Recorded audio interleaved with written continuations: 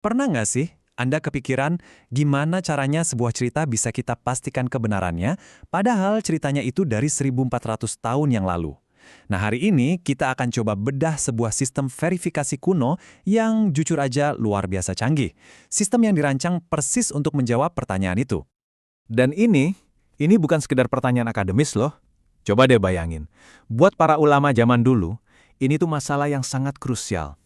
Gimana caranya mereka bisa membedakan mana ucapan asli Nabi Muhammad dan mana yang cuma cerita-cerita yang beredar ratusan tahun setelah beliau wafat? Bisa dibilang, seluruh bangunan tradisi Islam itu bergantung pada jawaban pertanyaan ini. Solusi mereka, wah ini yang keren. Mereka menciptakan sebuah disiplin ilmu yang sangat teliti dan sistematis, yang namanya ilmu hadis. Anggap aja ini kayak ilmu forensik untuk sejarah lisan. Jadi setiap cerita atau laporan yang mereka sebut sebagai khobar, itu bakal diotopsi habis-habisan buat menentukan keasliannya. Oke, jadi langkah pertama dalam investigasi mereka itu adalah memilah semua laporan yang ada ke dalam dua kategori besar. Kriterianya sebenarnya simple, tapi dampaknya luar biasa. Kriterianya adalah seberapa banyak sih jalur atau rantai orang yang menceritakan satu kisah yang sama. Nah, dua kategori inilah inti dari sistemnya. Yang pertama ada mutawatir, ini laporan yang datang dari saking banyaknya jalur sampai mustahil untuk salah. Dan yang kedua ahad, laporan yang jalurnya lebih sedikit, lebih terbatas. Yuk kita bedah dulu yang pertama yang dianggap sebagai standar emas keaslian. Kita mulai dari puncak piramida kepastian ya, namanya laporan mutawatir. Ini adalah jenis laporan yang kebenarannya itu dianggap mutlak. Udah nggak bisa diganggu-gugat.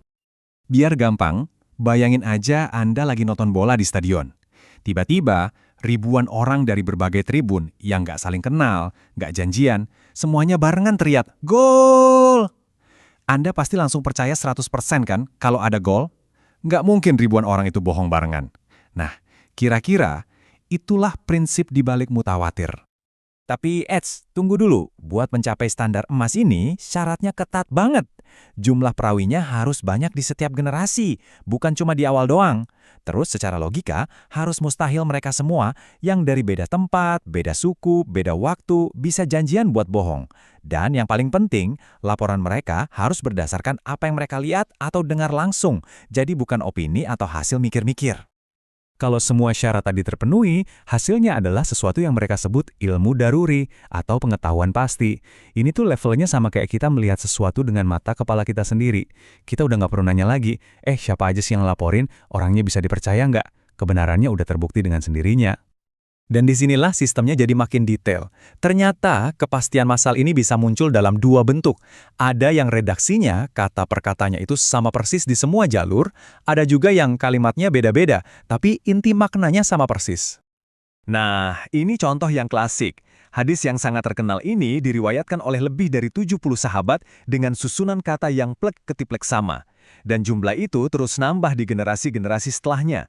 Ini contoh sempurna dari transmisi massal secara lafal atau kata-kata. Kalau untuk jenis kedua, coba bayangin begini. Ada ratusan laporan yang beda-beda topiknya. Satu cerita tentang perang, satu lagi tentang suasana pasar, satunya lagi tentang khutbah. Semuanya beda. Tapi, di dalam setiap cerita itu, Nabi Muhammad disebut mengangkat tangan saat berdoa.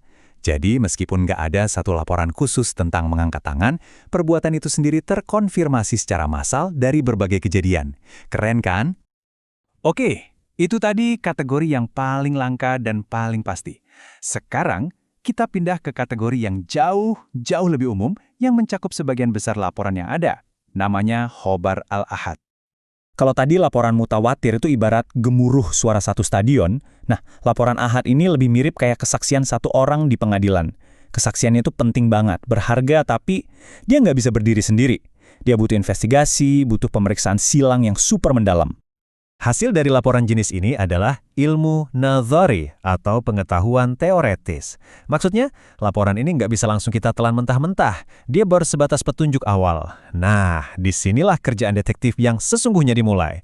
Para ulama harus menyelidiki satu persatu perawi di rantai transmisinya, ngecek reputasi mereka, kekuatan ingatan mereka, bahkan sampai nemuin murid-muridnya buat verifikasi.